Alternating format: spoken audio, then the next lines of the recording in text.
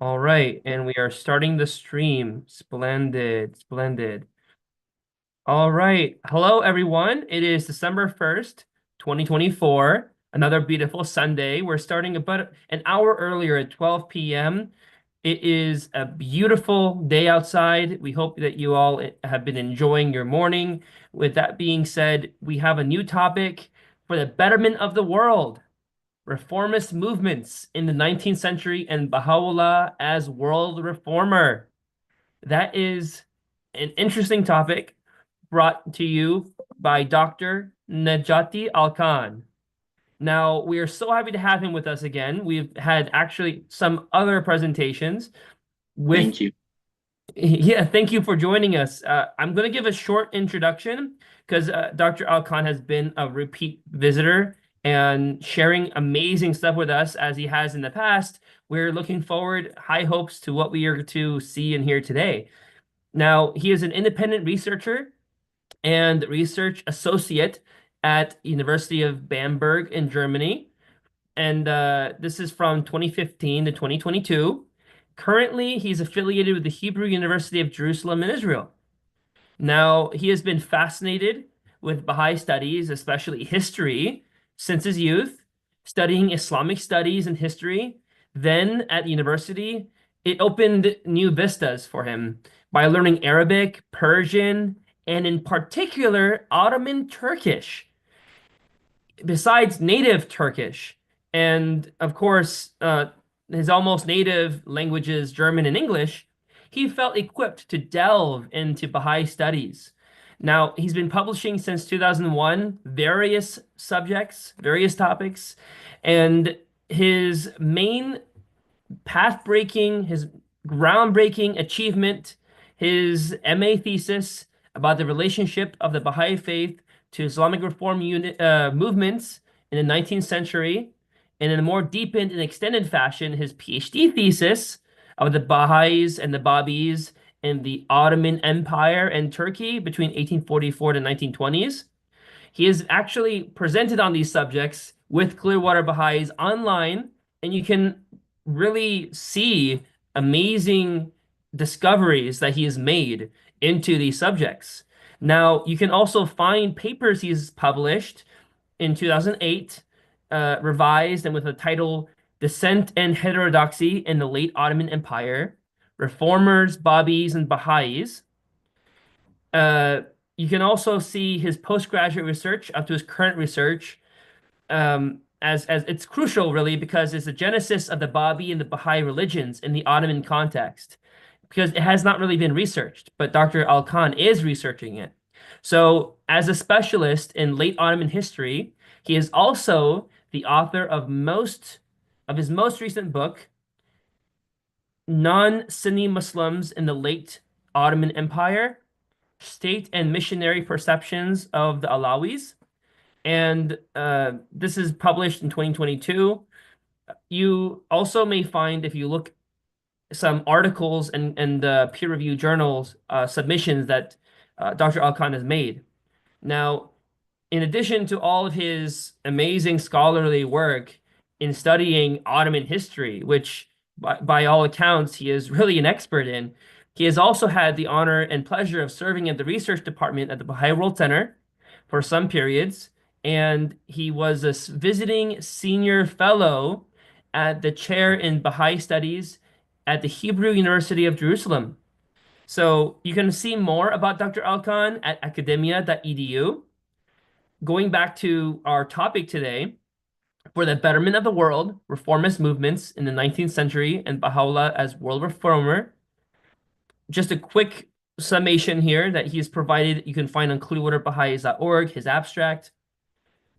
Embedded in an overview of messianic and reformist movements in different parts of the world, aiming at creating a better world and a brief outline of the Ottoman reform period in the 19th century. This presentation aims to review the role and goal of Baha'u'llah, the prophet founder of the Baha'i Faith, as self-declared world reformer. the Baha'i Faith found itself not only drawn and reacting to an atmosphere of change in the 19th century, but claimed to be the cause of it. It is a religious movement with a message that wishes to change the world and very well fits into the reform atmosphere of that time. Baha'u'llah repeatedly states that his sole aim is the betterment of the world or its reformation. He not only urges the world's religious leaders and rulers thereof to unitedly arise for the reformation of this age and the rehabilitation of its fortunes, but calls all of humanity to participate in this global enterprise. One of Baha'u'llah's well-known key statements is, "For this is all men have been created to carry forward an ever-advancing civilization."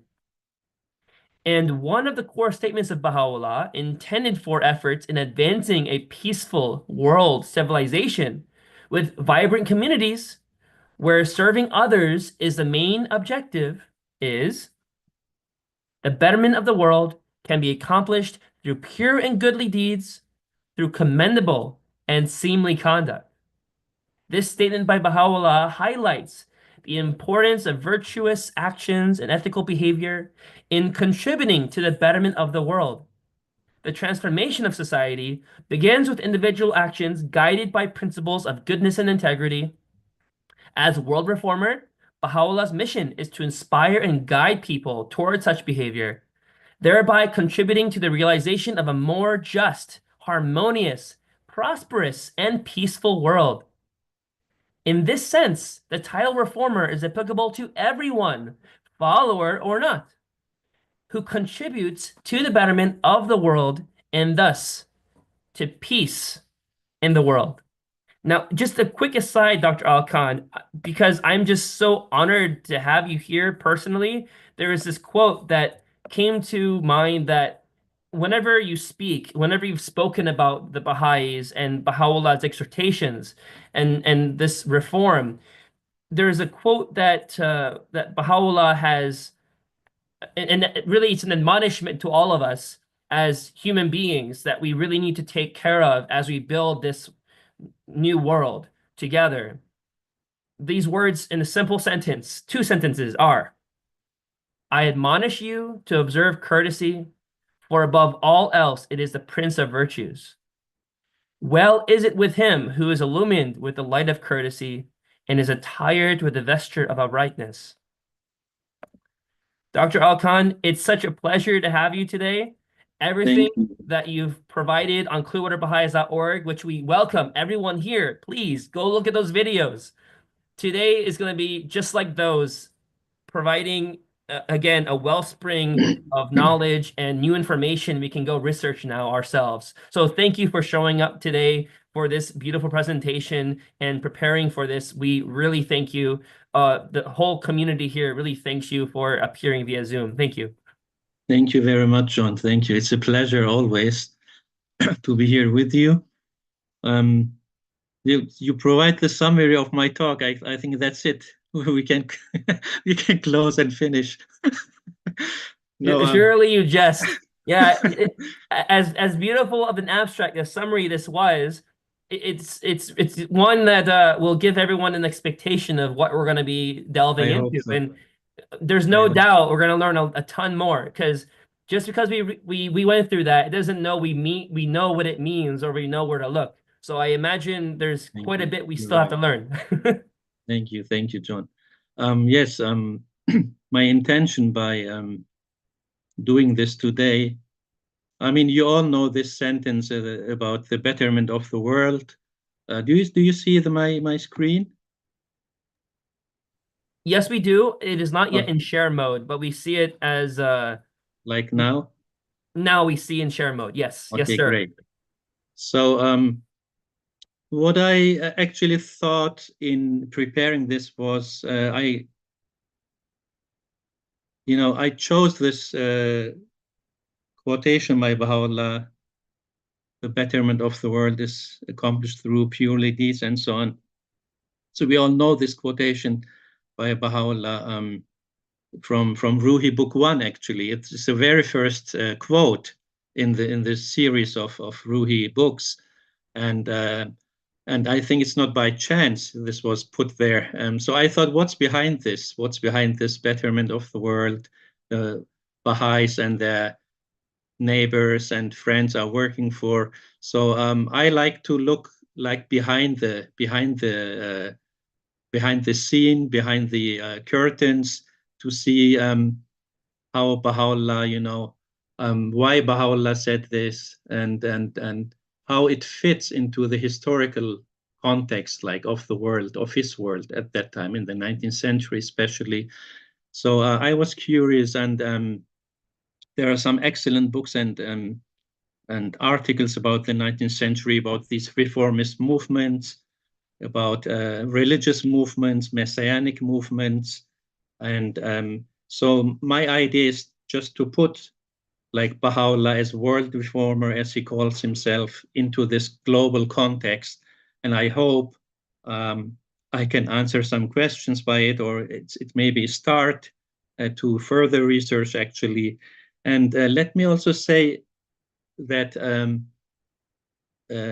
Mr. Christopher Buck, who's with us today, has an excellent article from, correct me if I'm wrong, from the 80s about Baha'u'llah as world reformer.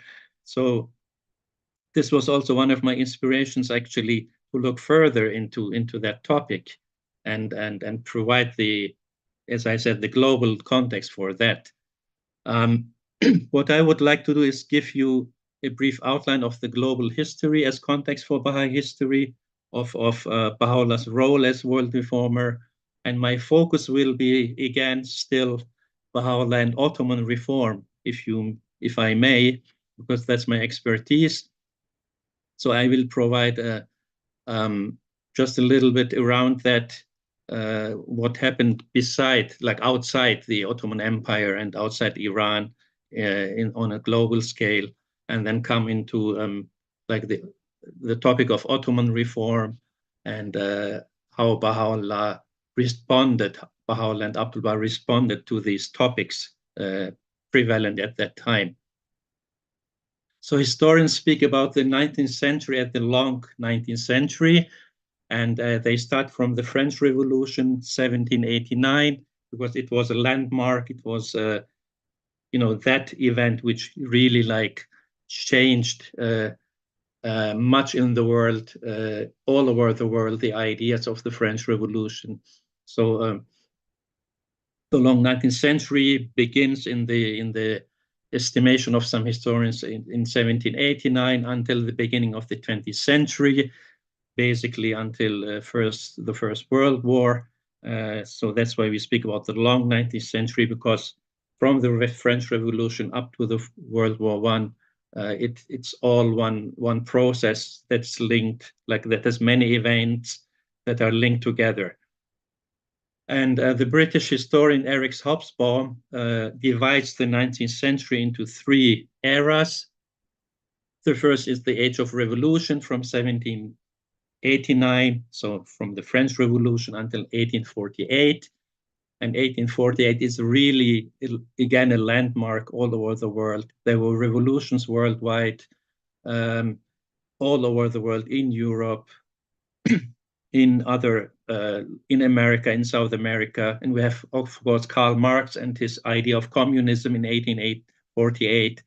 And interestingly, we have also the Conference of Badasht, when the Bab was imprisoned, but Baha'u'llah took over the leadership and had this Conference of Badasht in 1848, which was also a break with Islam, official break with Islam.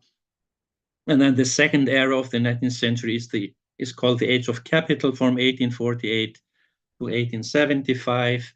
And then we have the Age of Empire, 1875 to 1914, or the end of the World War, where the empires were dissolved, including the Ottoman Empire.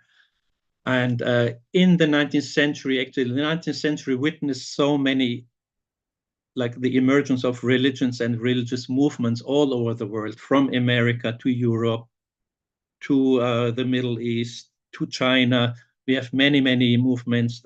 Let me just mention a few. We have the Mormons in the USA, the various Adventist movements in the USA, also expecting the return of the Messiah, if you will, around the year 1844. And then we have worldwide missionary activity by Protestants. We have the German Templars going to the Holy Land, especially Jerusalem and Haifa, expecting the Messiah there and expecting some big change. We have the Taiping movement in China. I will come to that later. We have the Chinese philosopher Kang Youwei in China also with his universalist ideas. And then we have some Islamic movements, the Wahhabi movement in Arabia, who subsequently established Saudi Arabia. We have the Mahdi movement in Sudan, and we have the Baha'i religions, of course, in the 19th century, and the Ahmadiyya in India. So they're all somehow linked together, if you will.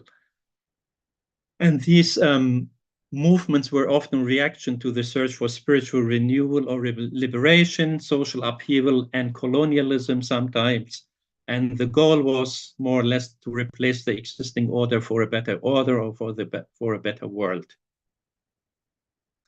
Now, there's a book which I really recommend if you can read it. It's about the 19th century by the German global historian Jürgen Osterhammel. And it's called The Transformation of the World, a Global History of the 19th Century.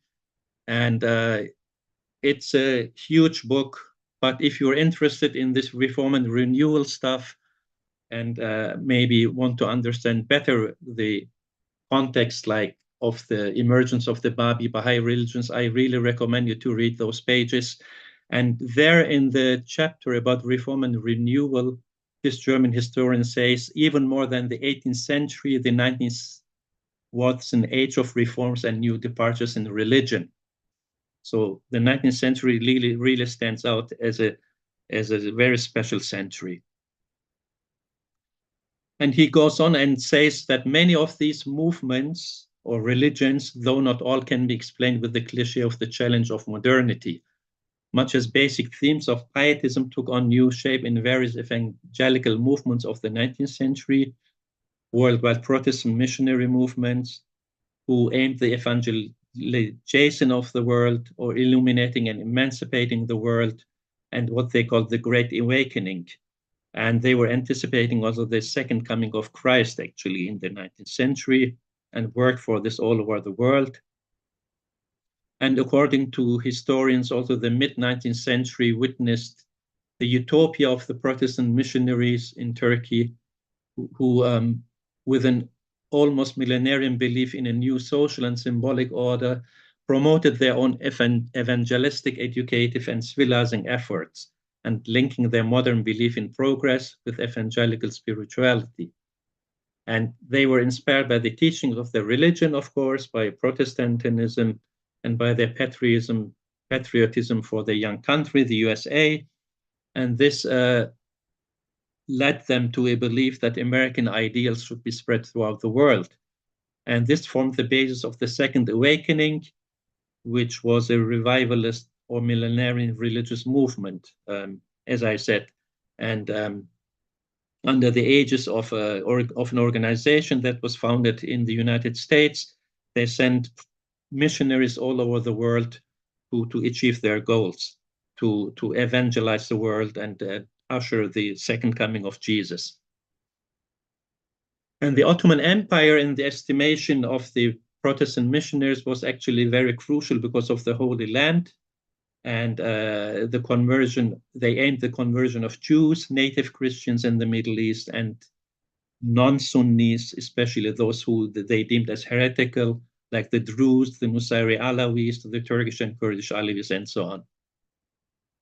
And the first Protestant American missionaries believed actually that while conversions may be made elsewhere in the world, only in Palestine would they have an immediate and millennial impact. Only there would the Protestants longing to reunite with their spiritual forebears, the Jews, converge with the yearning for the Messiah's reappearance. And this yearning for the Messiah and the betterment of the world was also in other regions of the world, for example, in China. The years 1850 to 1864 were witness to the so-called Taiping Rebellion or civil war against the Qing dynasty, and influenced by Christian missionaries. A civil servant called Hong Ji-Quan, I'm not sure if the pronunciation is correct, believed that he is the younger brother of Jesus. He had visions and he proclaimed his new dynasty, which we call the Taiping Tianguo, which means heavenly kingdom of great peace. And he and his followers had principles like sharing property, demanded worship and obedience, harmful things were forbidden. They aimed equality between men and women, and it was kind of a sort of a primitive communism. And actually, I read that the current Communist Party in China claims its roots to this movement. Yet the outcome of this Taiping revolt was disastrous. It was a radical religio-political upheaval that cost actually 20 million lives in China. So the outcome was not very happy. Another yearning for the Messiah was also in the USA, as I mentioned. One of them was the Mormon Church, founded by Joseph Smith in 1830, with its strong messianism. And Smith's visions of the founding of the future Zion by God's chosen people were a fundamental prerequisite for the extensive settlement activities of his followers in Salt Lake City, as you know. And unfortunately, Smith was killed then in a mob attack in June 1844.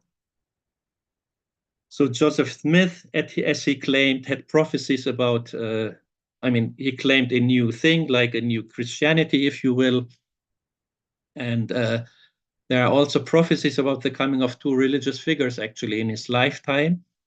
And he died in 1844, the year when the Bab appeared. And Smith anticipated the coming of the Son of Man in the 1860s, which in the estimation of the Baha'is is Baha'u'llah. And this website I provided has some prophecies which are really interesting. You can look up further.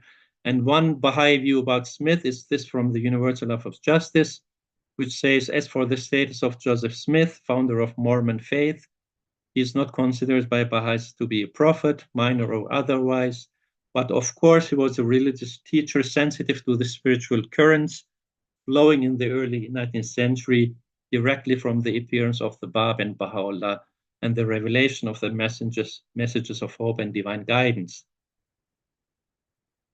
Coming back to this book by the German historian Osterhammel, he says the 18th century in the Islamic world had been an age in which movements of renewal, also seeking authentic roots of piety, appeared outside the established clerical hierarchies. Meaning, for example, we had this movement of Wahhabism in the Arabian Peninsula, so-called after the fiery preacher Muhammad ibn Abdul Wahhab, who condemned nearly all existing variants of Islam as heretical and demanded a radical purification. He was clearly anti-Ottoman. And this Wahhabi movement is not to be seen as representative of 18th century reformist Islamic thought, but is mainly interesting for his successful state building, which is Saudi Arabia later. Then we have in Sudan the Messianic Revolutionary Mahdi movement by Muhammad Ahmad, who called himself the Mahdi or the Redeemer of Islam. That was in opposition to the Egyptian European incursions in Sudan, with many typical features of an anti-imperial reaction. And Muhammad Ahmad, the Mahdi, included labeling the invaders as aliens, in this case the Turks, and as violators of religious norms, actually. Now, what is interesting in Osterhammel's book, which I found very interesting, is his analysis of the Baha'i Faith among the universalist movements of the late 19th and 20th century. And it's worthwhile to read this. He says, in the sphere of religion, it is problematic to advance a dichotomy between revolt and reform, between messianic movements, often visualizing the future as a return to a mythical golden age of the past, and religious doctrines and practices that propose a rational, cautious adaptation to the changing times. Such a distinction, he says, becomes more plausible, however, if one and the same movement can be shown to shift from the first pole to the second. This was the case with the Bab movement, a Shiite heresy in Iran, in which Sayyid Ali Muhammad Shirazi advocated the divine rule of God's chosen representatives on earth, and finally claimed for himself a prophetic authority based on direct communication with the Almighty that superseded the teaching of the Quran. He goes on saying, after his execution by firing squad as an apostate and political rebel in 1850, the movement did not collapse, but passed on the original charisma as it implemented in a series of reforms.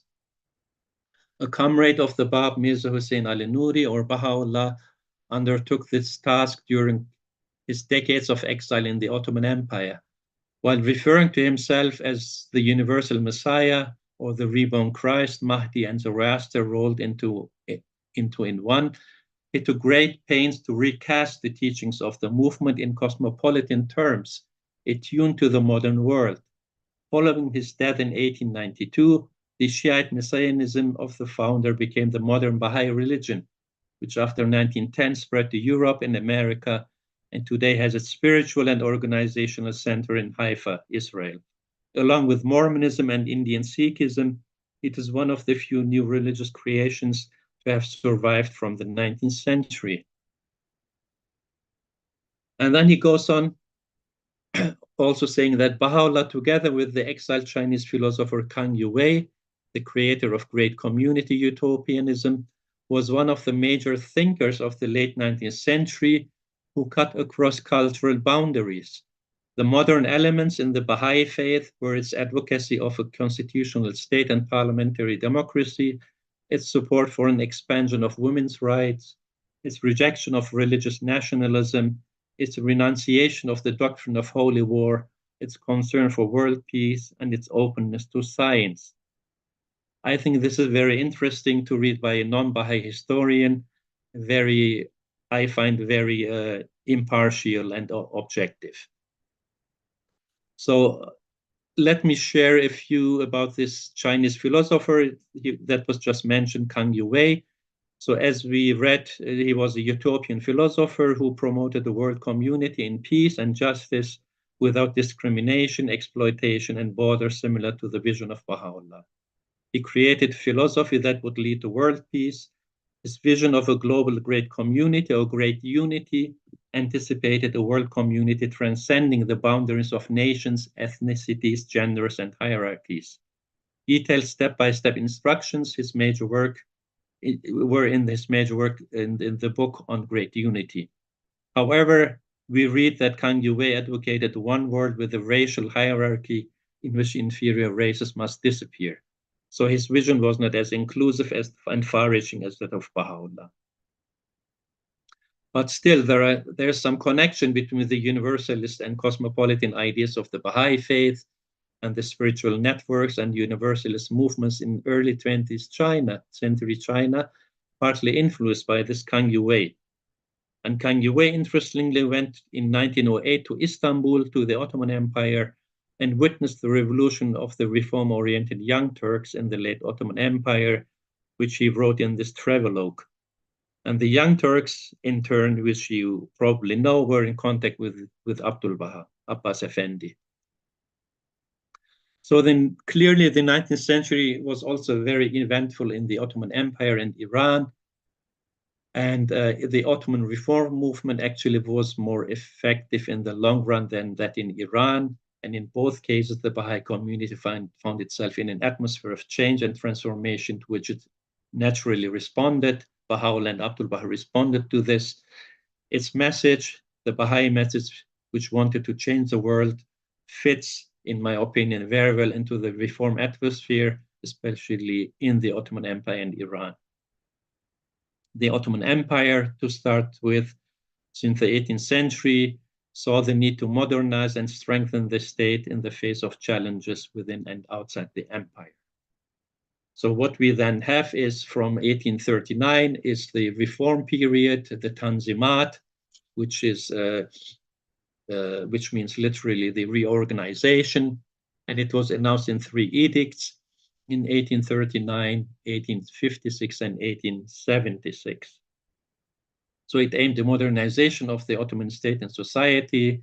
There was a codification of laws outside of the Islamic Sharia based on European models, the creation of new administrative structures, guaranteeing equality before the law regardless of religion and ethnicity, promotion of secular education, and in 1876, which this should be down, the first constitution and parliament was announced. And 2 prominent statesmen who were active in this reform period were actually Ali Pasha and Fuad Pasha, who you all know from Baha'i history. They had exchanged the roles as foreign and prime minister for, I don't know, 20 years or more. And then we have a counter movement to this Tanzimat. It's called the Young Ottoman Movement from 1865, which was a group of intellectuals and bureaucrats who advocated constitutionalism, parliamentary government, and administrative reforms. And they disapproved actually of the official state reforms as superficial reforms from above. And they thought that they were just imitating European reforms or European models. The young Ottomans wanted the synthesis between Islamic and European ideals, and they also criticized the autocratic rule of the sultans and his ministers.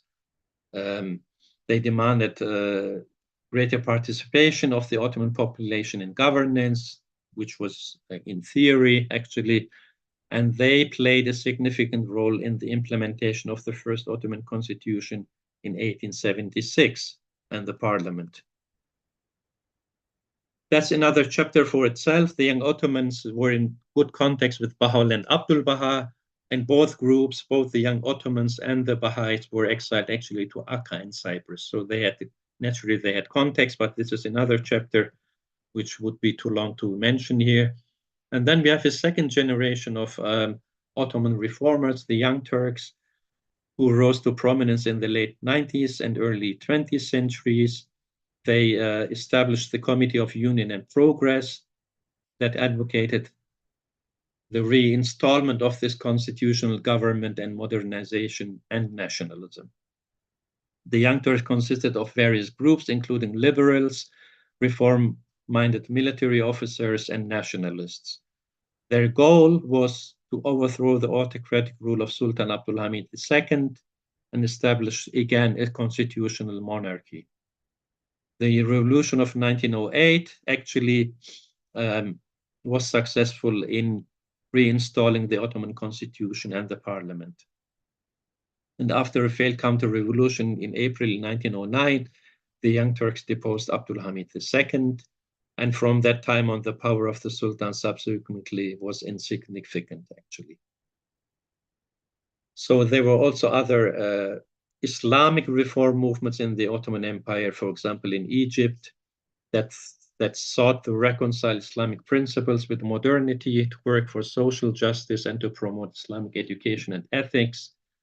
And despite all these reform efforts, the Ottoman Empire continued to face internal conflicts and external threats, and was ultimately, as you know, unable to prevent this dissolution after World War I.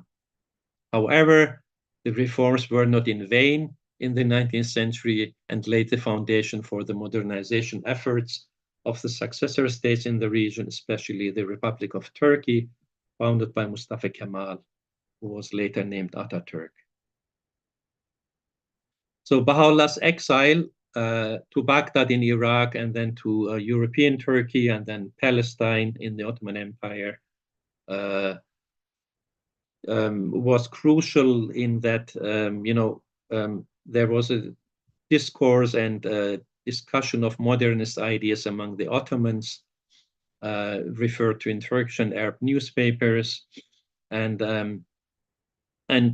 if you read those topics prevalent at that time, I think we can say that historically the contents of Baha'u'llah's social teachings, of course they are from another origin, as we say, as from a divine origin, but historically they can be embedded in the discourse of Ottoman and Iranian reformism and European modernism.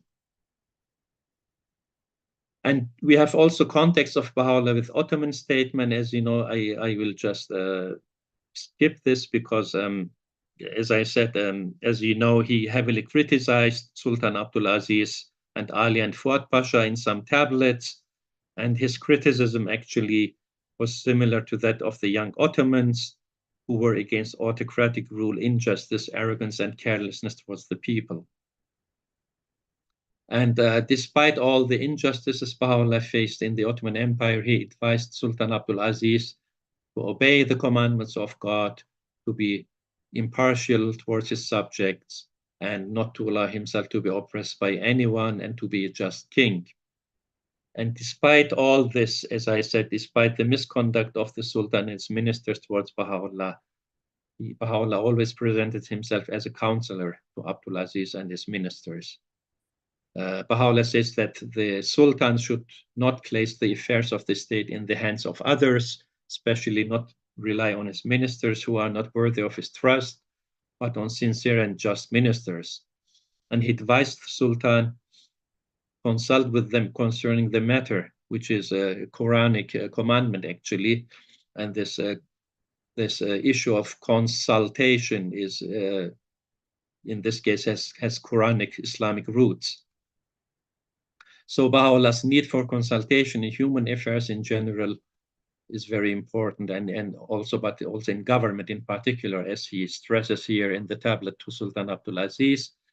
And it may seem like this call for consultation to the ministers in the Ottoman Empire may seem like mere advice, but actually it recalls this Islamic term of shura, which is shura can mean consultation. It can mean consultative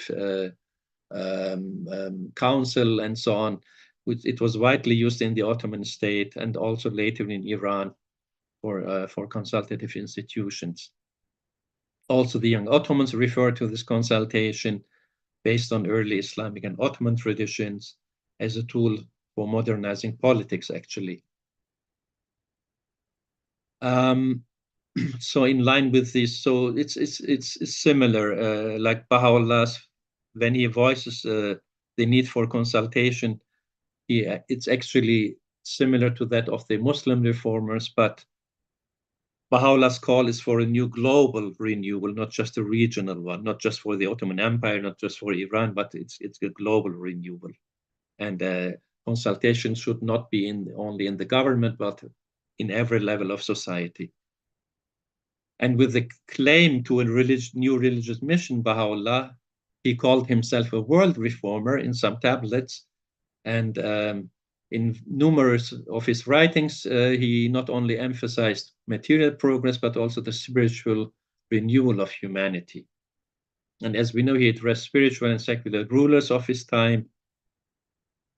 And during that period, in his tablets, Baha'u'llah declared himself to be the promised one of all religions and announced national and international reforms based on justice and were intended to prevent wars and reduce war costs and taxes, to just mention a few. And when Baha'u'llah presents his coming as a world redeemer or world reformer who will transform the destinies of the world, he actually has some topics in his tablets which can be listed as this. I'm sure it's not exhaustive, that just to give an idea. So the fulfillment through him of the promises of all religions, his advocacy of just political democracy, care and provision of livelihood for the poor and needy, the need for a system for world governance starting from grassroots. And Baha'u'llah emphasizes that there would be less cost of war and less taxation on the poor if there were a global political union of the nations of the world based on the principle of collective security. So Baha'u'llah overall claims that his purpose, based on God's will, is nothing but to quicken the world and unite its peoples, and so emphasizes his support for reform or reconstruction that would be global, though not only based on secular measures only. And he identifies himself as the world reformer in line with all previous prophets, all of whom were committed to reformation, he says. And Baha'u'llah furthermore remarks that when the prophets of God appeared as world reformers, they were always rejected by the people as guides and were branded as instigators of discord. Just to quote Baha'u'llah, men have at all times considered every world reformer a fomenter of discord, and have referred unto him in terms with which all are familiar. And were anyone to tell them the world reformer is come, they would answer and say, indeed, it is proven that he is a fomenter of discord. So in his writings, Baha'u'llah states that his and his followers' sole aim and concern is, and I will give you this Persian and Arabic terms, Islah al-Alam or Islah al-Alam, which, or briefly, the word Islah, which means reform, is very crucial in the writings of Baha'u'llah. It's an Arabic word which has the meanings of reform, reformation, restoring, betterment, and also pacification of the world. And the phrase Islah al-Alam directly translates to reformation of the world, betterment of the world, and the like. And Shoghi Effendi, the guardian of the Baha'i Faith, translated this phrase as betterment of the world, to better the condition of the world, to reconstruct the world, to rehabilitate the fortunes of mankind, and so on. And for achieving this, not only the Baha'is on the people in general are asked to be active, but Baha'u'llah also ascribed a vital role to religious leaders, actually, and the rulers. He says, our hope is that the world's religious leaders and rulers thereof will unitedly arise for the reformation of this age and the rehabilitation of its fortunes. Again, you have this Islah al-Alam, which also is the betterment of the world, for which all Baha'is are working. So Islah is a recurring word in the writings of Baha'u'llah and Abdul Baha, and fits into the atmosphere of reform and change that was prevalent in the Ottoman Empire and to a lesser extent in Qajar, Iran. For the Ottomans, actually, the Sultan was the fountainhead of the order and reform of the world. He had the power or right to act based on his own judgment as to protecting the public interest, preserving security and order of the land, in general, to divert people from committing and spreading corruption in the world, which is an important matter in the Quran. And so there are two words in the Quran which also Baha'u'llah utilizes, which is one is which I mentioned, Islah, which means reformation or betterment, and the other one which you see here in the beginning is Ifsad or Fasad in Arabic, that can mean corruption or mischief, and is often contrasted with Islah in the Quran. So Mufsid and Muslih, like the fomenter of discord and the reformer, are juxtaposed in Quran 2, chapter 2, verse 220, where God says, God knows well him who works corruption from him who sets aright. The Arabic word Islah has the roots Salaha, which occurs actually 180 times in the Quran in many forms, have the connotations of to do good, to act rightly, to be righteous, restore oneself, reconcile people with one another, and to make peace. As in Quran 2:11, Muslih is translated as a reformer, peacemaker, or the one who put things right. An example for a reformer par excellence in the Quran is the Prophet Shu'aib, who had admonished his heedless people and said, I desire not save reform, Islah, so far as I am able. Closely related to this verse is another which modernist and rationalist Muslim reformers such as Muhammad Abdu, who was actually in contact with Abdul Baha, have utilized for social reform and progress. That Quranic verse says, God changes not what is in a people until they change what is in themselves. It's very crucial. And this Muhammad Abdu, who was an Egyptian reformer and mufti, he used actually the concept for social reform and progress in his writings. His strong reform orientation is reflected in the fact that he viewed Islam itself as a means of reforming humanity and its affairs in general. Islam was a leitmotif in Muslim reform literature. And embedded in this discourse, but wider in scope and going beyond the concepts of Islamic reformers, is the issue of the reformation of the world in the writings of Baha'u'llah. So safeguarding the order and peace of the world and to prevent disorder, as was mentioned earlier, also the references to the Quran, has such an importance that in his testament, the Kitab-i-Ahdi, the Book of My Covenant, Baha'u'llah voices this Quranic call with similar words and proclaims that his teachings provide the means for the betterment of the world. He says, O servants, let not the means of order be made the cause of confusion, and the instrument of union in occasion for discord. We further admonish you to serve all nations and to strive for the betterment of the world, that which is conducive to the regeneration of the world and the salvation of the peoples and kindreds of the earth, hath been sent down from the heaven of the utterance of him who is the desire of the world.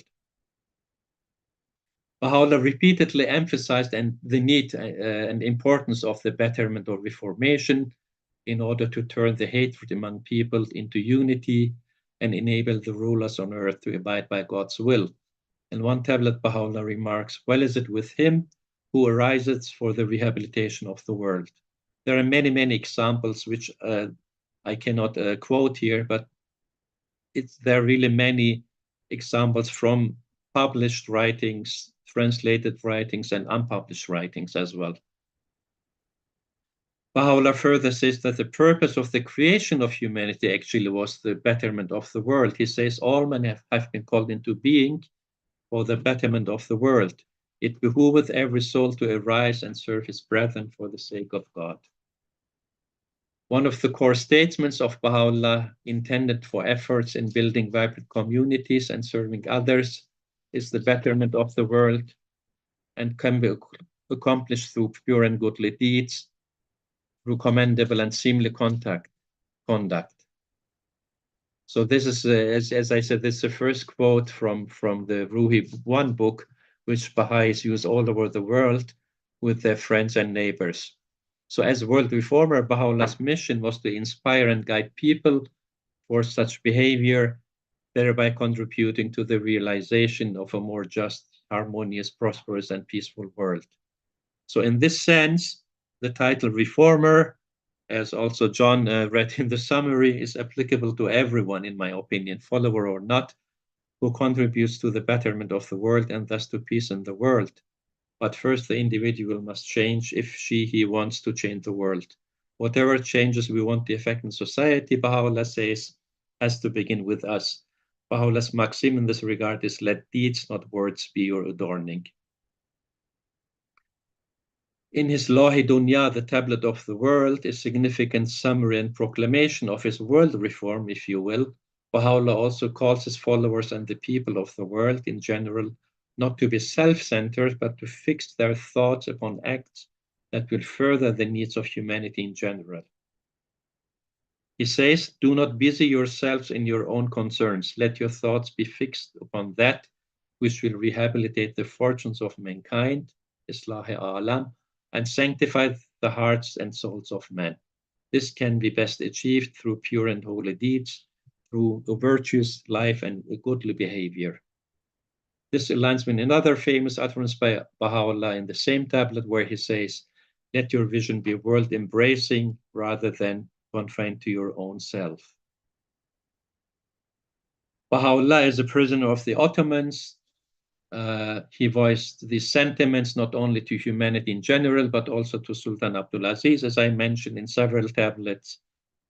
And it was unknown that he also addressed words to the following Sultan Abdul Hamid II, in some unpublished tablets from the late Akka period, actually, the following of which are provisionally translated. Baha'u'llah praises Abdul Hamid II for his just reign and efforts at reforming the Ottoman Empire and applying consultation in state affairs. In one tablet, Baha'u'llah attests, "This wronged one beareth witness that the Sultan by name of Abdul Hamid hath held fast to the court of justice and fairness and renounced tyranny and iniquity." Baha'u'llah praises him because he established himself on the seat of consultation and taketh counsel at all times with the ministers and the learned ones regarding the affairs of the state, and desireth that which the people have desired. He possesses a clear vision and a penetrating right intelligence. Baha'u'llah also lauds Sultan Abdul Hamid for being occupied day and night personally with the reformation of the affairs of the subjects and the empire. Here Baha'u'llah also praises Abdul Hamid for resorting to consultation in all matters. In this tablet, Baha'u'llah repeatedly lauds him for the reformation of the empire and says that for this reason, God has honored him with his attribute Al-Hamid, which means the praised one. So Abdul Hamid means the servant of the praised one. Baha'u'llah says, God hath adorned the throne of his cause with a just and equitable sultan and exalted him with his name Al-Hamid, the praised one, as a token of his grace and a sign of his mercy. So usually in Baha'i history, and not only in Baha'i history, actually, Sultan Abdul Hamid is portrayed as a tyrannical ruler, actually, who ruled alone for 33 years. And there are many critical voices about Sultan Abdul Hamid, also later by Abdul Baha. But in fact, we have no record of an unjust treatment towards the Baha'is by this Sultan from the ascension to the throne from 1876 until the ascension of Baha'u'llah in 1892. Only afterwards and through the instigations of Abdul Baha's half-brother Mirza Muhammad Ali, Abdul Hamid became hostile and molested Abdul Baha. Before that, as you can see, Baha'u'llah and even Abdul Baha have praised him. And already in his father's lifetime, Abdul Baha too presented himself concerned with the political situation during the reform period in the Ottoman Empire and Iran. And as you know, he has some writings about that, for example, The Secret of Divine Civilization and other writings that discuss this political climate in the Ottoman Empire and Iran. And infused with and deeply knowledgeable about Baha'u'llah's teachings from his early childhood, Abdul Baha conveyed to the people that a new age has dawned and the revelation of his father was the cause of renewal. In one tablet he says, "He hath addressed the world with a garment new and fair, and that new garment is the principles which have come down from God. Now the new age is here and creation is reborn. Humanity hath taken on new life. The autumn hath gone by and the reviving spring is here. All things are now made new. Arts and industries have been reborn. There are new discoveries in science and there are new inventions. Even the details of human affairs, such as dress and personal effects, even the weapons, all these have likewise been renewed. The laws and procedures of every government have been revised. Renewal is the order of the day, and all this newness hath its source in the fresh outpourings of wondrous grace and favor from the Lord of the kingdom, which have renewed the world." Renewal, Abdul Baha says, will be accomplished through spreading the teachings of Baha'u'llah. And he says, unless the old ways, the old concepts are gone and forgotten, this world of being will find no peace, nor will it reflect the perfections of the heavenly kingdom. If I may conclude with a few words, based on Baha'u'llah's global vision that he advocated in his writings, his son and successor Abdul Baha further elaborated many issues in his own writings.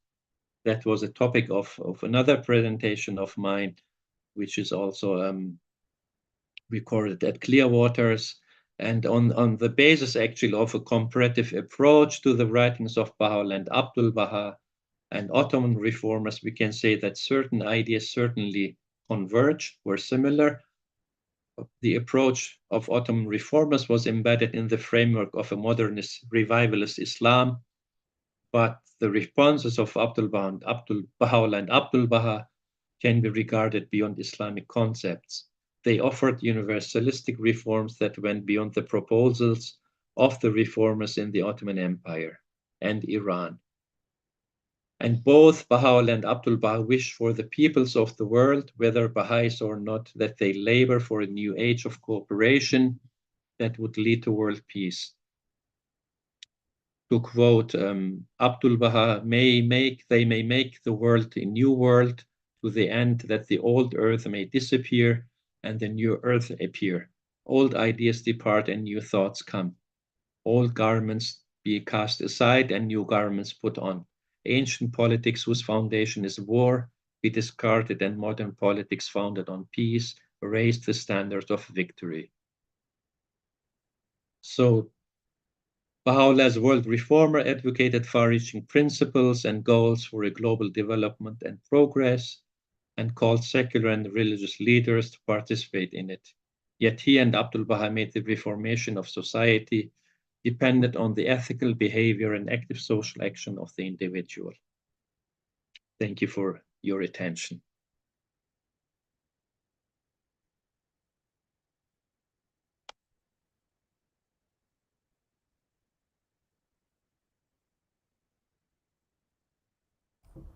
Thank you very much for that. Now would be the time for questions. If anyone has any questions or comments that they'd like to make, I will look at the social media. Give me a second. Yes, I put a question in the chat.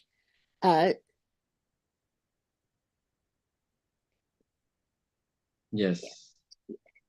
Yeah, since Turkey was reforming, and it seems that they were more idealistic, how did they get involved in World War I as the enemy?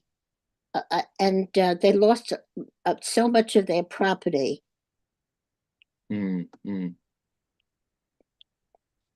Well, you see, if wrong people take on the rule in the Ottoman Empire, so what happened is that the reformist Young Turk movement, who were really idealistic about renewal, about equality, about, who had cherished these French ideals of brotherhood, of equality, of justice and liberty, and so on.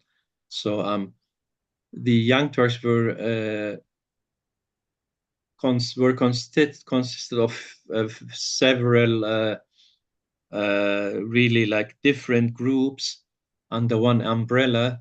And unfortunately, in 1913, the ultra-nationalist wing took the power in Istanbul, and they sided with Germany in the First World War. They decided to support Germany, or that Germany supports the Ottomans, because actually the other European powers like Britain and France, to a lesser extent Italy, they had this plan for decades to invade the Ottoman Empire and to dissolve it and claim lands for themselves, like to occupy Ottoman lands, which also happened actually after World War I, that Britain, France, and the Greeks and Italy occupied most of the Ottoman lands, and then afterwards, Mustafa Kemal, the later Ataturk, started a national liberation war, which was successful in that sense that he could drive out the enemies, if you will, or the European powers who had occupied the Ottoman lands, and he established the Republic of Turkey. So as I said, they lost territories because they were apparently on the wrong side, and also the Young Turk rulers who took on in 1913 were also not the very, how to say, not very visionary, if you will. I hope that answers your question.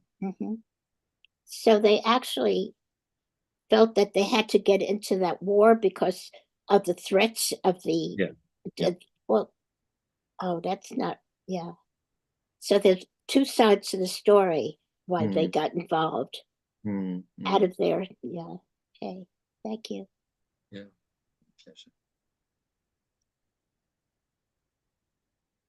We do have another question from Dr. Buck. He put it in the chat, unless he'd like to unmute himself and ask it directly, which is fine, either way. Or I can just read it. So he asked, would you please talk about the fall of the Sultanate and the Caliphate? Is there anything specific? That's an episode after World War I and after the establishment of the Republic of Turkey, or just before it. So the Ottomans had both titles, like the Sultan was the Sultan, the secular leader, if you will, and they had assumed in the 16th century the institution of the Caliphate, which they had took over from the Mamluks, and before them many other Arab dynasties claimed the Caliphate. But the Ottomans were the ones who, from roughly 1516, claimed also to be the caliphs of Islam, meaning the representatives of God or of Muhammad on earth. And actually, Chris, what is interesting is that even though they had the caliphate officially, it was not until the 19th century they really put emphasis on this. So it was there, but only with Abdul Hamid II, who I mentioned, who revived this pan-Islam, or the idea of unity of Islam. He revived this title of caliphate, or being the caliph of all Muslims from the Ottoman Empire up to China, where, anywhere where Muslims were living, he claimed to be the caliph of all Muslims. And so the abolishment was basically that when Mustafa Kemal took over, as I said, he won the War of Liberation, which was from 1919 to 1922. And in 1922, he attained the victory over the European powers. And in 1922, he officially abolished the Sultanate. The last Sultan, Baha'u'llah, he had sided with the British, actually, and that was like, for Mustafa Kemal, that was like he was a traitor. And so for that reason, he said, we don't need the Sultanate anymore. So he abolished it in 1922. And then in 1923, we have the foundation of the Turkish Republic, secular in nature. And because it was aimed to be a secular country, Mustafa Kemal said, we don't need a caliph. We don't need this religious head figure anymore.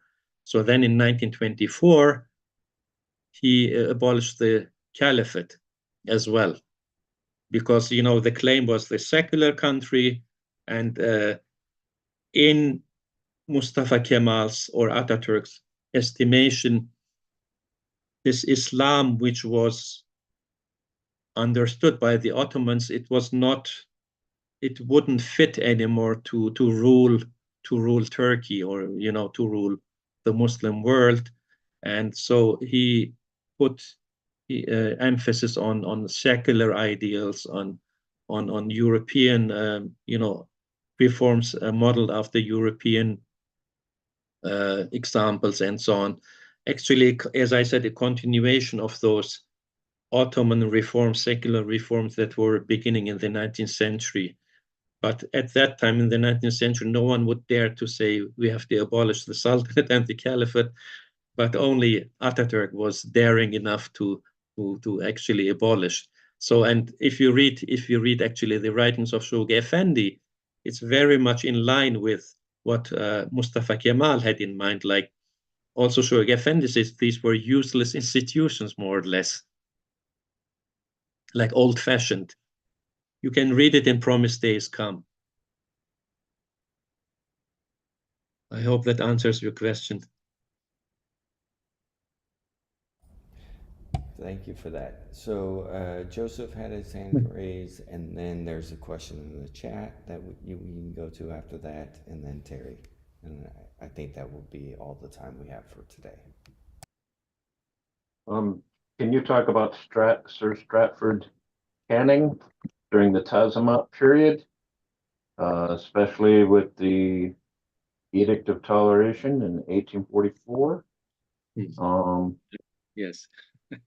I think you asked me that before, if I'm not wrong. Yes, I did, but I was up when I was at Westminster Chapel up in the museum.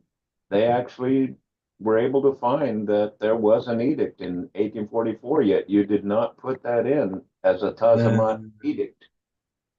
I never found an edict of 1844, actually. There's an article by Michael Sowers, maybe Christopher knows that one.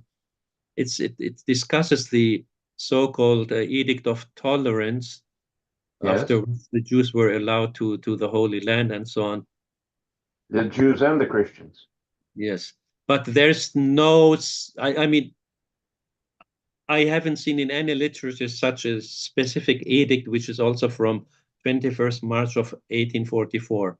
There were some edicts issued by the Sultan of that time, but forgive me if I say this, but it seems to me it's more a Baha'i law than you know what I mean. It's just in some literature of Baha'i writers, but I'm not sure about it.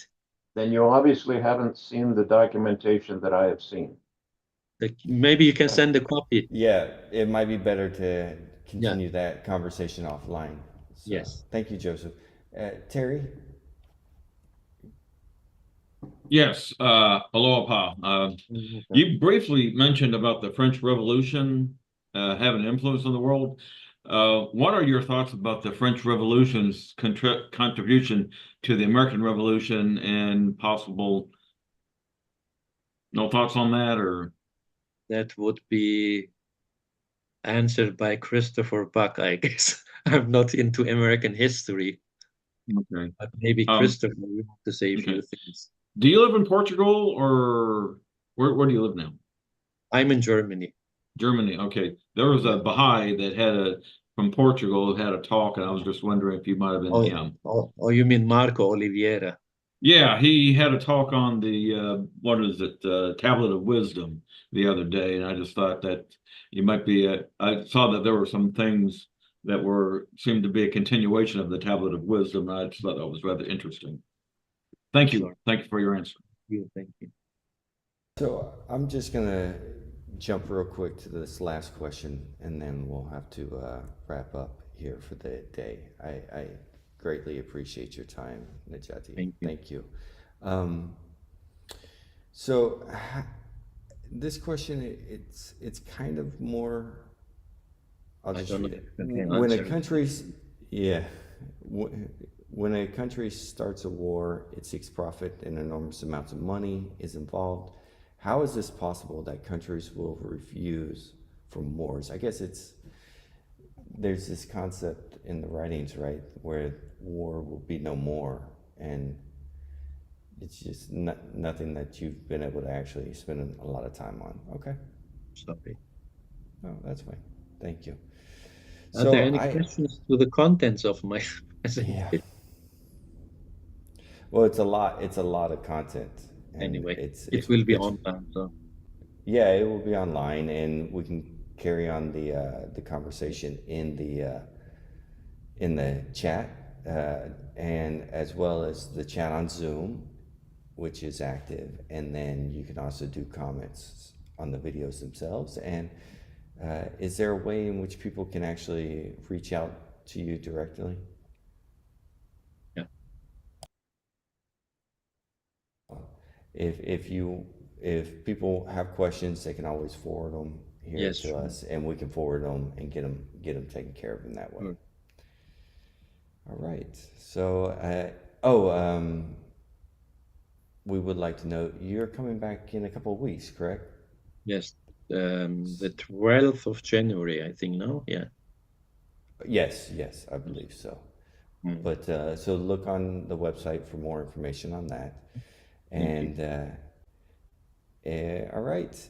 I thank you very much, Najati. Thank you, you John. for everyone who participated, and thank you to everyone who joined us. And we look forward to seeing you all again next week on another presentation. Oh, and the 2 p.m. session with Eileen and Peter as well. That will be starting shortly at 2 p.m. Najati, again, thank you. And Thank you you guys have so a much. great